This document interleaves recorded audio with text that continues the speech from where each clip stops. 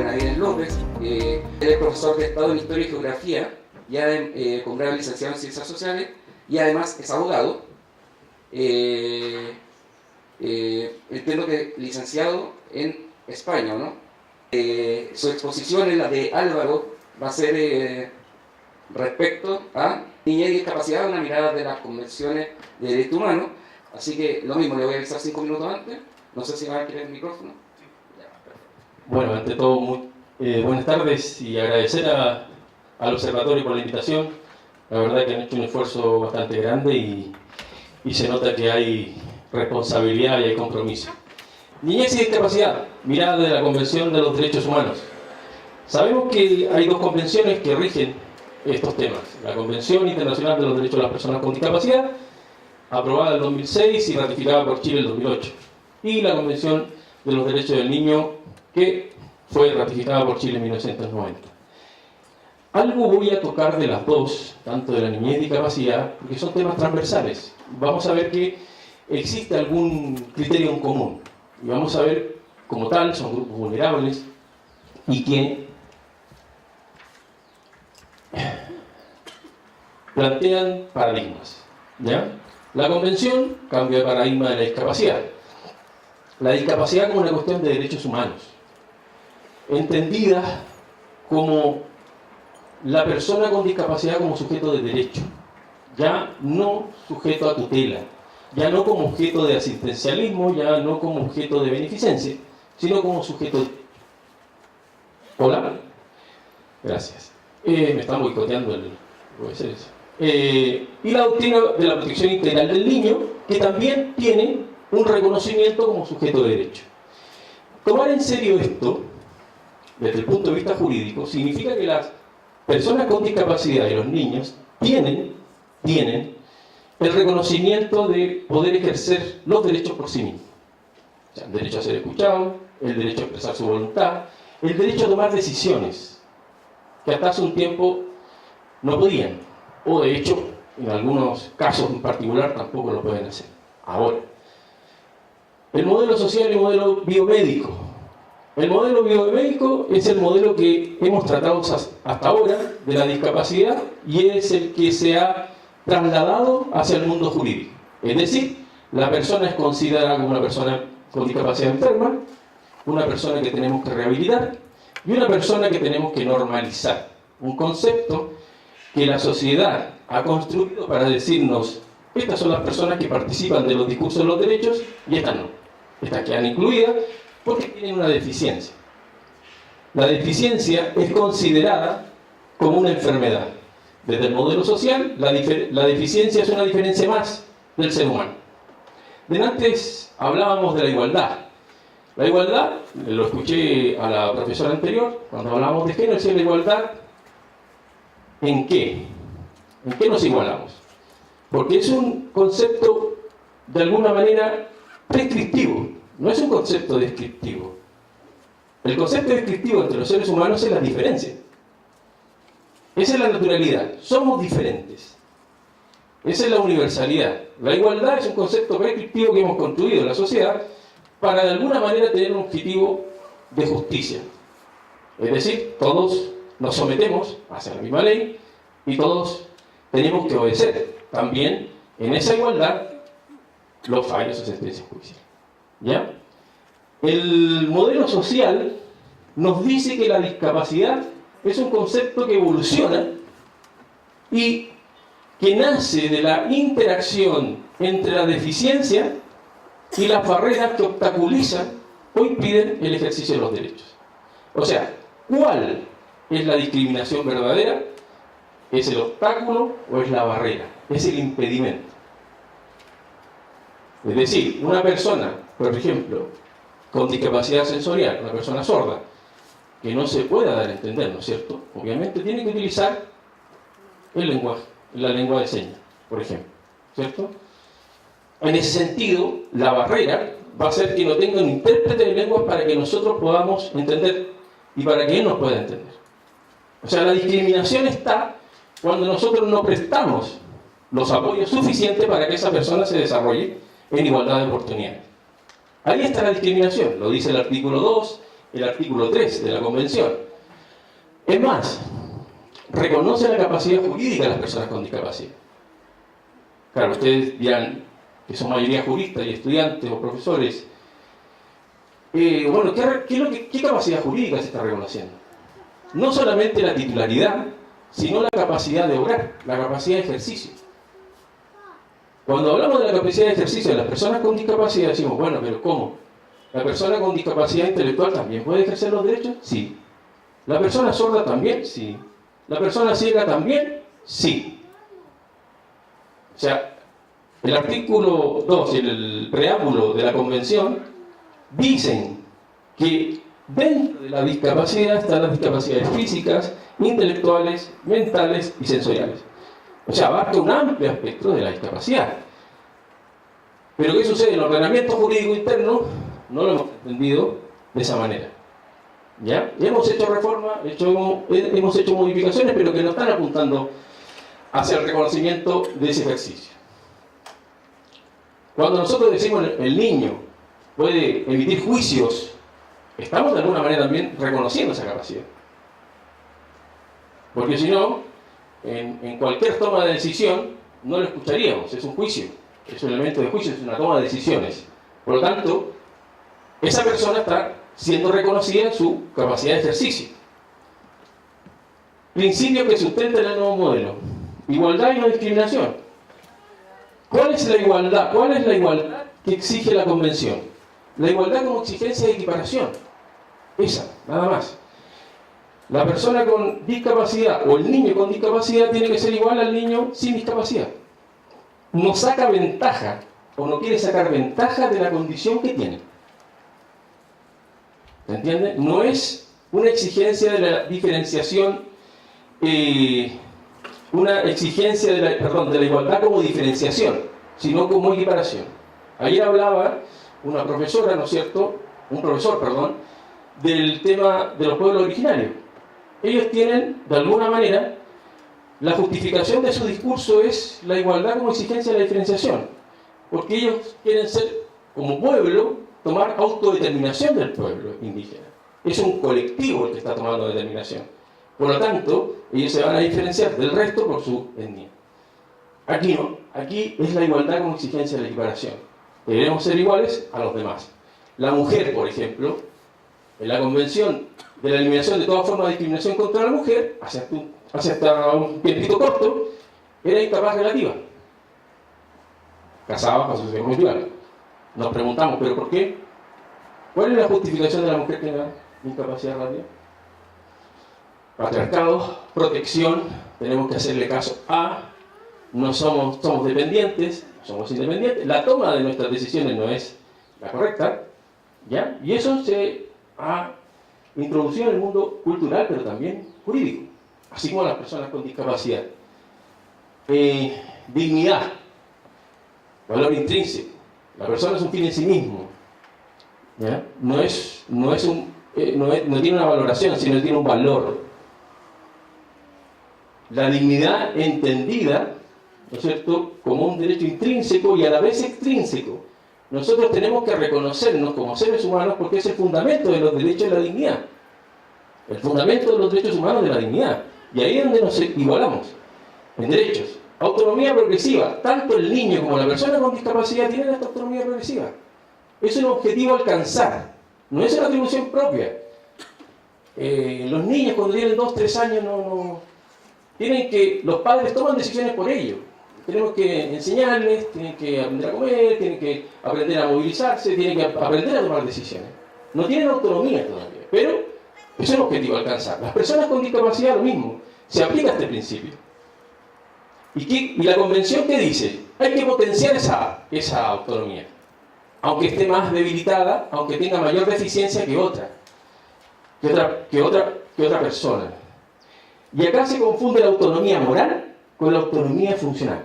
O sea, yo puedo tener una deficiencia en el cuerpo, en mi comunicación, en mi manera de pensar, en mi comprensión, pero no puedo dejar de tener autonomía moral. O sea, no puedo dejar de tomar decisiones. O sea, no puedo decirle a un tercero que decida por mí. Y eso está implícito y expresado en el ordenamiento jurídico interno con la incapacitación, con la incapacidad, ¿no? Términos que desde el comité de la convención ya nos ha dicho que no tenemos que derogar. Incapacidad, minusválido, ¿no? Demente, loco. ¿Ya? Son términos que tenemos que ir dejando atrás.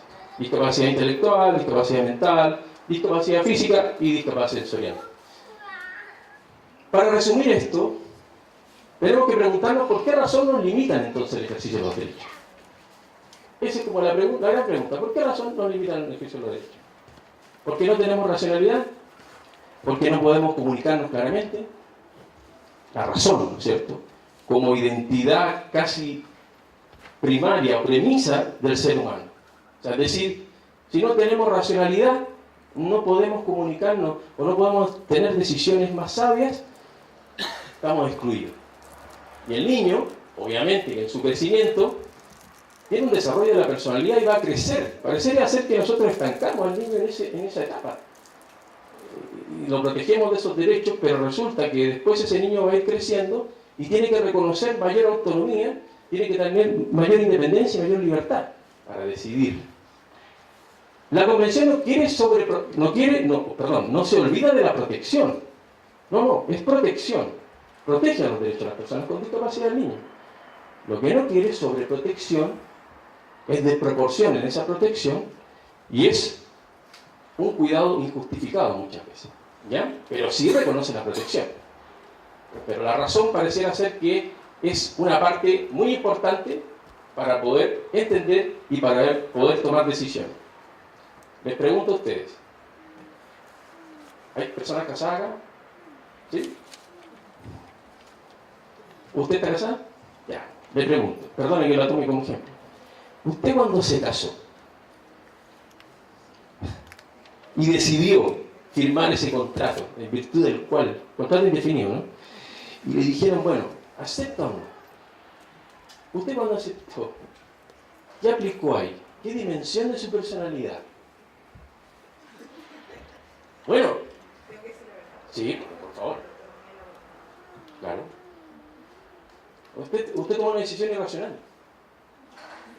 Usted expresó con su corazón que necesitaba, ¿no es cierto?, decir el sí para convivir con otra persona. Bueno, entonces la podemos aclarar capaz. Después de eso, y esto es un estudio serio, científico, es decir, ese momento de un contrato civil, uno, cuando manifiesta su voluntad, no la manifiesta de manera racional. El enamoramiento que es. Claro. Entonces decimos, o sea, todas las personas que no son casadas son más inteligentes que las que están casadas. Bien.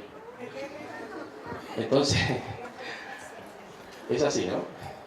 Bien, porque eso es así. A través del artículo se establece, esto es el artículo 7, específicamente el tratamiento de los niños y niñas con discapacidad. Voy a ir más o menos rápido por el tiempo. Lo importante de este artículo, que acá es específico, pero no tiene diferencia con los niños sin discapacidad. Tiene la misma protección. Asegurar que todos los niños y niñas con discapacidad gocen plenamente de todos los derechos humanos y libertades fundamentales en igualdad de condiciones de los demás niños y niñas. Ahí no está haciendo ninguna diferencia. Es una exigencia de equiparación. Y a la vez hay que proteger el interés superior del niño o niña. Y eso está en la Convención también. ¿Ya? ¿Qué es lo interesante de esto? ¿Qué es lo interesante de esto? Es que tenemos que reconocer también que el niño y niña con discapacidad tiene una condición crónica. ¿Ya? Tenemos que hacer, a ver lo siguiente, despatologizar el cuerpo. ¿Ya? Despatologizar. Lo dijo una vez, no lo digo más. Entonces, en ese sentido, cuando uno hace ese ejercicio, ve a la persona, pero no ve la deficiencia y no ve el déficit que tiene. Al ver eso, nosotros vemos a la persona integral. ¿Ya? Es decir, esta persona puede hacer cosas y no puede hacer cosas. No hay que confundir capacidad con habilidad y talento. Capacidad es una construcción social, es un constructo social, como la discapacidad. El talento es algo natural, la habilidad es algo natural, Usted puede bailar, no sé, tango, mucho mejor que cualquier otro uno acá. Usted puede cantar como Pavarotti, o usted puede jugar como Alexis Sánchez, gol de Chile ayer, ¿no? Buenísimo. Estábamos muertos muchos, pero en 5 minutos nos volvió el alma al cuerpo. Nosotros podemos tener habilidades y talentos, pero no dejar de tener capacidad. Y ahí es donde está la gran confusión, y es una cuestión jurídica. Ahora, lo que hace la Convención es que la capacidad jurídica es la puerta de acceso al ejercicio de los derechos. Y lo vincula con los principios de igualdad y no discriminación. Saca del ámbito del derecho privado la capacidad jurídica, entendida como protección, entendida como seguridad jurídica, entendida como no firmen esto porque después podemos invalidar el contrato, el riesgo. Para no correr riesgo dentro del tráfico jurídico, inhabilitamos, incapacitamos. Oiga, pero si todavía no tiene ni posibilidad de hacerlo. No, pero antes que se tome esa determinación, incapacidad. ¿Ya? No damos la posibilidad, sino damos la imposibilidad. ¿Qué hace el juez? Ve la deficiencia. Se fija en el déficit. Y eso está reforzado o fundamentado con un peritaje, ¿cierto? Y ahí la persona es declarada interdicta y luego, ¿cierto?, incapacidad absoluta.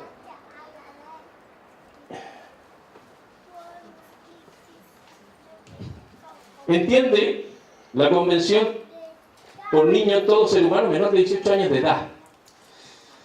Ahí tenemos un problema con el ordenamiento jurídico interno. ¿O no? Niños, todo menor de 18 años.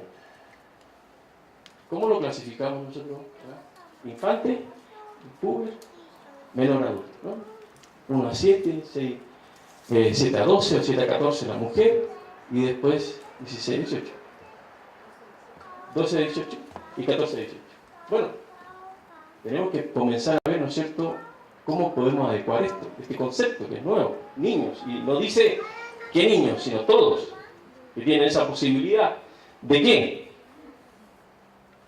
De ser escuchados, de tener un juicio propio, voluntad propia, ¿no? Por ejemplo, voluntad propia. Y el derecho a expresar su opinión libremente en todos los asuntos que afecten al niño. Ahí ya estamos hablando, para mí, y esto es lo que pienso, de una capacidad jurídica implícita. O si no, ¿qué sería esto? ¿A quién vamos a escuchar? ¿Cómo lo vamos a escuchar? Y cuando hablamos de esto, un juicio propio no es solamente en las cuestiones judiciales, sino en cualquier ámbito de la vida. En participación, en sociedad, en la política, etc. Los niños tratan de intervenir, pero no de alguna manera ante un tercero, ante un representante, sino un juicio propio. Con tal fin se dará en particular al niño la oportunidad de ser escuchado en todo procedimiento judicial o administrativo que afecta al niño, ya que directamente por medio de un representante o de un órgano apropiado en consonancia con las normas de procedimiento de la ley nacional. Legitimación activa. ¿Ya? Incluso hay un protocolo facultativo que nos dice que el niño puede, él, por él mismo, presentar denuncia. Protocolo facultativo de los derechos. Entonces, lo estamos reconociendo como sujeto activo. Pero es niño. ¿Y qué niño? ¿Cuál? Pero va a eso ir de acuerdo a la madurez del niño. Pero hay niños de 10 o 11 años que tienen madurez y que pueden decidir y que tienen un juicio de opinión bastante aceptado, bastante criterioso. Entonces ahí también provoca de alguna manera algún tipo de contravención con el ordenamiento jurídico interno.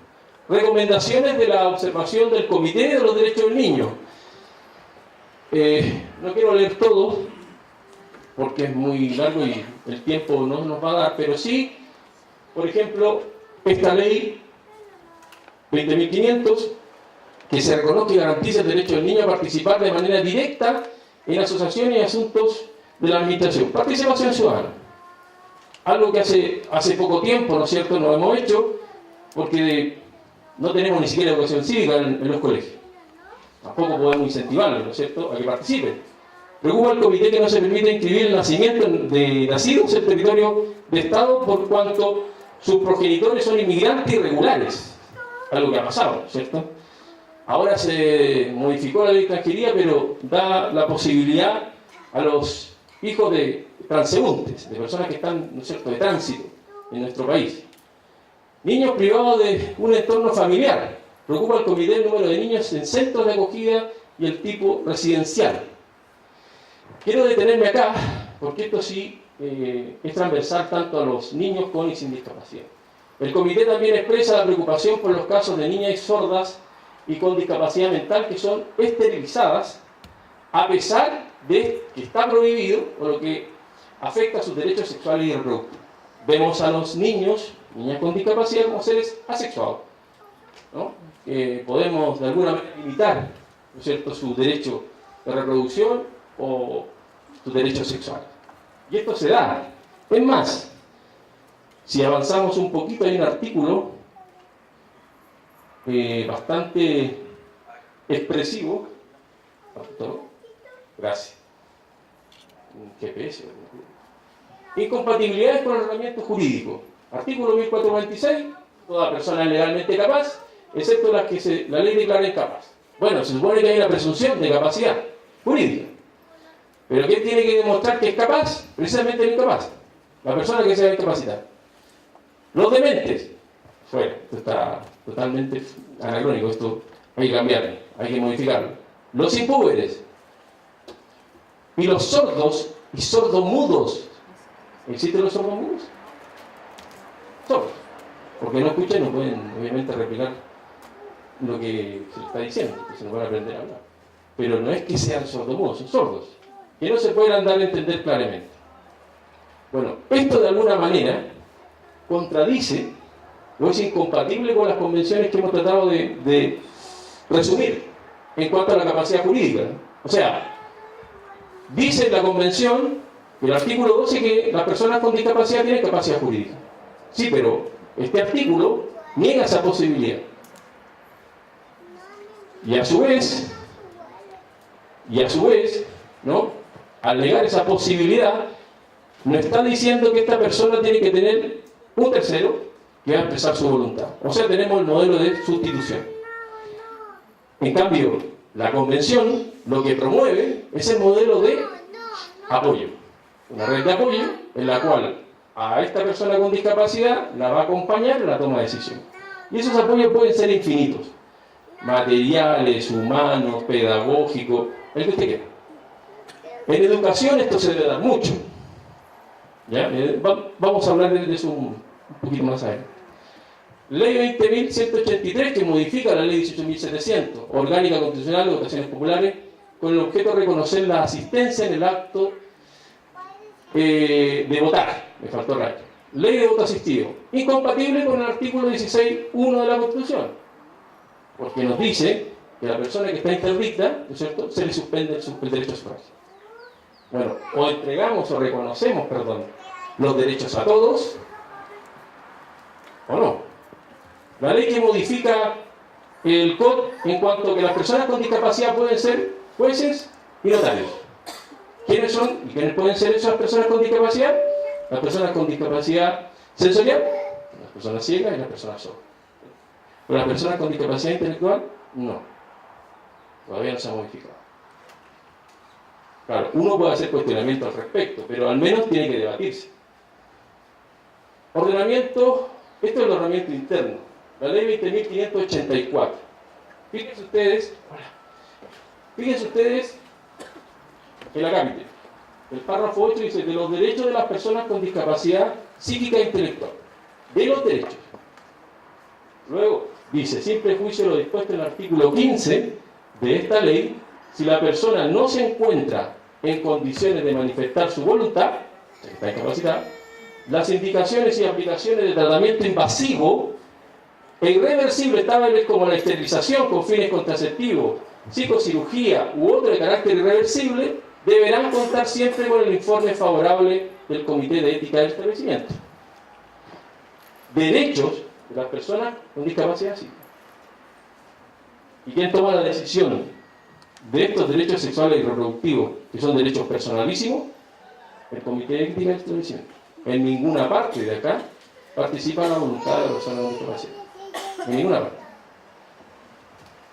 Es más, aquí sabemos que la edad que comienza a tener autonomía en el ámbito de la salud es a los 14 años, ¿cierto?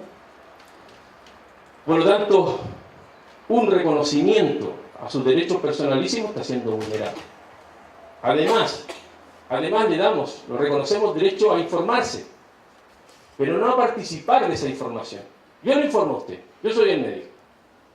Sí, pero yo puedo participar también en esa decisión. Falta acompañarla con la participación.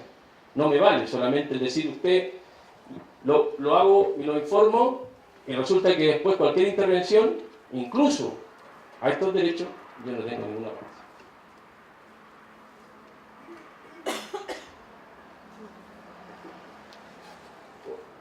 Avance legislativo, decreto 83-2015, diversificación curricular. Esto tiene que ver con el ámbito de la educación, ¿ya? Esto es adaptar el currículum a las personas con necesidades educativas especiales, al estudiante con necesidades educativas especiales, ¿ya? ¿Qué vamos a hacer? Vamos a llevar al estudiante al aula de una escuela regular. Hoy día existen las escuelas especiales, ¿no es cierto?, y las escuelas regulares.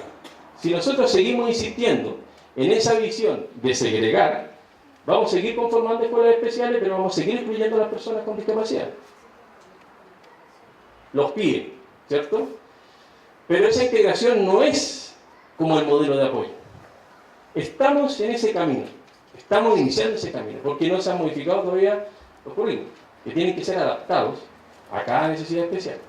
O sea, usted en la sala puede tener una discapacidad física, sensorial, intelectual, una persona autista, una persona con Asperger. Tienen, sí, ahora sí, a eso voy, pero que paulatinamente los colegios especiales vayan, ¿sabes? La idea es la inclusión, no la integración. Usted cuando usted integra, trata de modificar al alumno. La inclusión usted modifica el medio y aporta y ayuda, ¿no es cierto?, con las herramientas pedagógicas, materiales o también humanas, para que esa persona pueda desarrollarse. Si no es la falta de autonomía, es que él necesita otra herramienta para poder desarrollar su personalidad en el ámbito educacional. Y este decreto me parece que va en ese camino, en ese sentido. Porque el concepto es inclusión, no es integración, desde la educación. Y eso está en el artículo 24 de la Convención. Si ustedes lo ven, es para todas las personas, perdón, para todos los niños y niñas con discapacidad. No excluyen. Y ahí, bueno, el Estado se tiene que hacer partícipe de esto. Porque está obligado, según el artículo 4, para poder entregar, para poder satisfacer todas estas necesidades. Y eso es lo que no hemos hecho en 11 años. El 2008, perdón, ya casi, 10 años ya, y no se ha hecho mucho. Recién vamos en ese camino. Es un periodo de transición bastante largo. Proyecto de ley que crea el seguro para el acompañamiento que fortalece el sistema de protección de niños y niñas, SAN. Los padres podrán acompañar a sus hijos entre 1 y 8 años que se encuentran afectados por una condición grave de la salud y del alto riesgo vital. Esto es interesante. Esto tiene que ver también con la unidad familiar, tiene que ver si el hijo está enfermo con cáncer terminal o tiene una enfermedad grave. Los papás pueden acompañarlo hasta los 90 días, con una compensación económica también, y eso es bueno. El proyecto de ley que establece el sistema de garantía de los derechos de la niñez, esto se habló, no sé, ayer me parece, pero bueno. Lo bueno de este proyecto de ley es que incluye a los niños y niñas con discapacidad. O sea, pasan a ser, ¿no es cierto?, un grupo, dentro de los niños, un grupo vulnerable. ¿Me pasé? ¿Ya? ¿Me quedan? Sí, bueno. En octubre de 2016 se dicta la ley 20.957 que modifica el Código Orgánico de Tribunales. Ya hablamos de las personas con discapacidad que pueden optar a estos cargos de juez o notario. En noviembre de 2015, mediante decreto supremo, se constituyó la Comisión Asesora Presidencial para el estudio y propuesta del Plan Nacional de Inclusión de Personas en Situación de Discapacidad. Eso se le pasó a la Presidenta, hasta ahí. Se supone que tiene que ser un plan a largo plazo, 10 años, se le pasaron propuestas, se le pasaron diagnósticos, y esperemos que eso ya se lleve a cabo, no sé por qué. Ahora, quien salga va a tener que desarrollar este plan. Esto duró 2 años, el cual fui partícipe y bueno, esperamos que todo ese trabajo que se hizo se traduzca en legislación, se traduzca en política pública. En política pública, que es lo interesante, pero está obligado el Estado. Y ojo, en ninguna parte de esta propuesta hablamos de la educación bilingüe, hablamos de la educación inclusiva, en ninguna parte hablamos de la educación especial. La única persona que contradijo esta posición fue Gustavo, que es presidente de la SOCH, y que él sigue insistiendo que tienen que tener esa posibilidad porque las personas sordas dicen pertenecer a una cultura lingüística propia, ¿ya? Y es difícil poder hacer entender que también son personas con discapacidad y también tienen que ser incluidas los hijos de ellos en igualdad de oportunidades con otros hijos.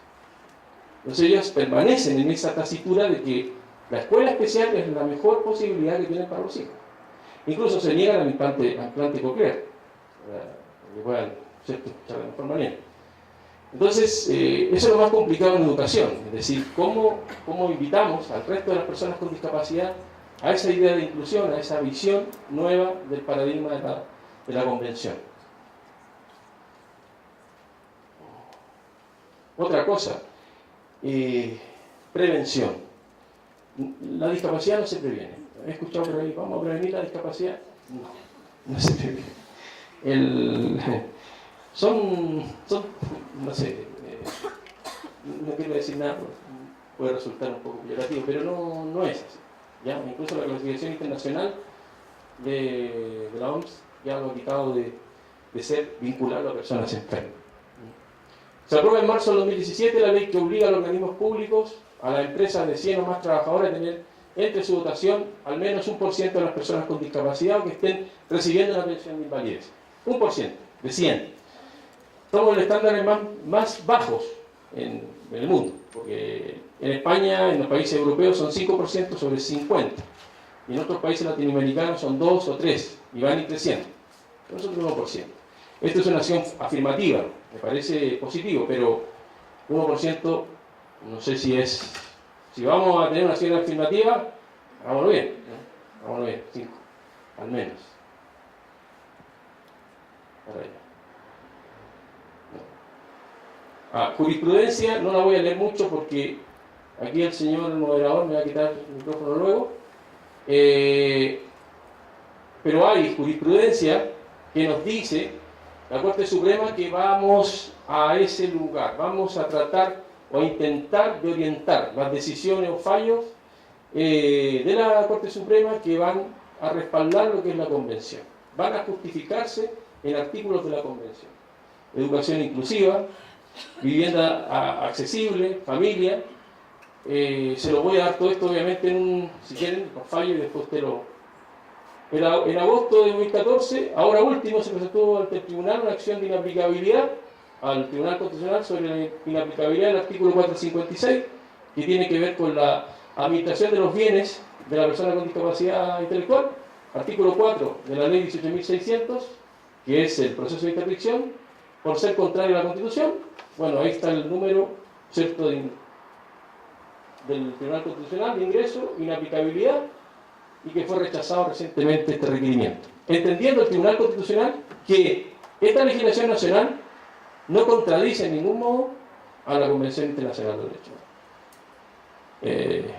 Nos va a costar, ¿no?, lograrlo. Bueno, reflexión, James P. Grant, este señor fue director de UNICEF, por ahí por el 85 al 95, y creo que es una frase bastante interesante. La esencia de la civilización es la protección de lo vulnerable del futuro. Los niños, como el ambiente, son vulnerables y ellos son el futuro. Para terminar, simplemente decirles que todo esto que he tratado de comunicar, y ojalá me haya expresado de la mejor manera, ustedes después, si lo desarrollan en su vida profesional, tienen que hacerlo por convicción, no por obligación. Esto o se empapa uno de ello, entiende y reafirma esta visión o no. Entonces, esa es la reflexión, ¿ya? Traten e intenten en el día a día, en el tratamiento de las personas con discapacidad, de tener esta visión, y a lo mejor podemos estar ayudando a que esto cambie. El cambio no va a venir a través de la legislación, pienso, sino a través de la educación. Por eso educación regular, si usted incluye a personas con discapacidad en un aula donde hay personas sin discapacidad, ese niño va creciendo sabiendo que hay personas diferentes, sabiendo que la deficiencia no es una enfermedad. Como en el sur una señora fue y quitó a su niño del colegio porque estaba con un chico síndrome de Down y le podía contagiar la enfermedad. O sea, esas cosas hay que erradicarlas, ¿ya?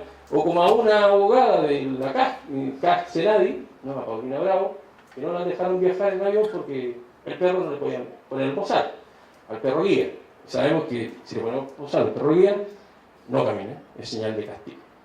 Entonces, esa desinformación, esa ignorancia de respecto a las personas con discapacidad muchas veces nos hace a nosotros discriminar, sin querer o con querer, pero podemos discriminar. Bueno, muchísimas gracias a todos.